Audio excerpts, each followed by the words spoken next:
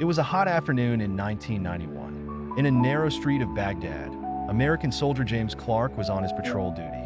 His eyes reflected the fatigue of war, but also a sense of duty. Suddenly, a small incident changed the course of his life. A little Iraqi girl, perhaps 5 or 6 years old, fell in the street. Behind her, a young girl who seemed to be her older sister ran up. This girl was Noor al-Huda, and her beauty momentarily astonished James. "Are you okay?" James asked in his broken Arabic. Noor looked at him in fear at first, then shook her head while picking up her little sister. "Thank you," she said softly. From that day on, James began passing through that street daily. Gradually, Noor's fear diminished. She would occasionally smile back at him. James realized she was a beautiful girl from another world, innocent, educated, and exceptionally kind. 2 months passed. One day, Noor's little sister, Zainab, fell ill. The situation in the city was dire, and there was a shortage of medicine. James brought medicines from his military unit. Noor's father, who was an imam at a mosque, initially refused, but he accepted for his daughter's health. After that incident, James was invited to Noor's house for dinner. He took off his uniform and wore simple clothes. That evening changed his life. Noor's father told him about Islam, introducing him to the beauty of Iraqi culture. "The path of love is not easy for us," Noor's father said. "But if the intention is pure, Allah shows the way." James developed an interest in Islam. He began attending the mosque and started reading translations of the Quran. Noor taught him Arabic while he taught her English. Their love transcended the boundaries of language, religion, and culture. When James decided to convert to Islam, a series of challenges began. His fellow soldiers started to doubt him, and his family cut off contact. But he remained steadfast in his decision. He declared the Shahada and became a Muslim, taking the name Abdullah.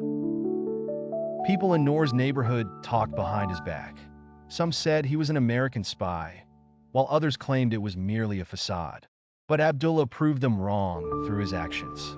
He became regular in his prayers, began fasting, and started helping the poor. When Noor's father saw his seriousness, he granted permission for their marriage. They wed in a simple ceremony. Abdullah retired from the military and began working with an NGO in Baghdad. After their marriage, their life took on new colors. Abdullah embraced Iraqi culture, while Noor learned to understand his American habits. Their home became a beautiful blend of both cultures. When their first child was born, they named him Yusuf, a name acceptable in both cultures. Then a daughter was born, whom they named Maryam. The children learned 2 languages and absorbed the best of both cultures. Abdullah's American family slowly softened as well. When they first saw their grandchildren, tears filled their eyes.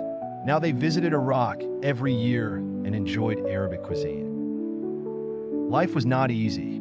Post-war, Iraq faced many challenges. Economic conditions were poor and security issues were prevalent. But Abdullah and Noor did not lose hope. Abdullah started his own business, a company that strengthened trade ties between America and Iraq. Noor opened a school for women where she taught English and computer skills. Their children grew up. Yusuf went to study in America, while Maryam pursued a medical education at Baghdad University. 20 years had passed. Abdullah and Noor's hair had turned gray, but their love remained youthful. Their story became an example worldwide of how love can break down borders, cultures, and prejudices.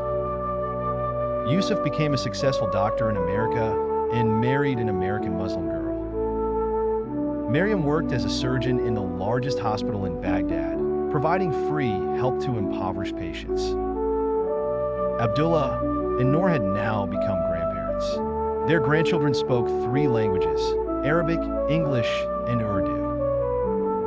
Their home was a beautiful center of diverse cultures, where East met West. One evening, while sitting on their roof, Abdullah asked Noor, "Have you ever regretted marrying an American soldier?"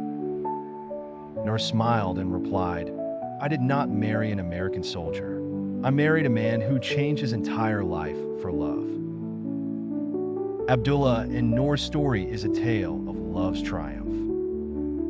It proves that when hearts unite, borders, religions, and cultures lose their meaning. Their life became an example of how peace and love can spread in the world. Even today, people in the streets of Baghdad share their story of an American soldier who converted to Islam for love and an Iraqi girl who turned an enemy into a friend through her love. Their story teaches us that there is no greater power than the power of love.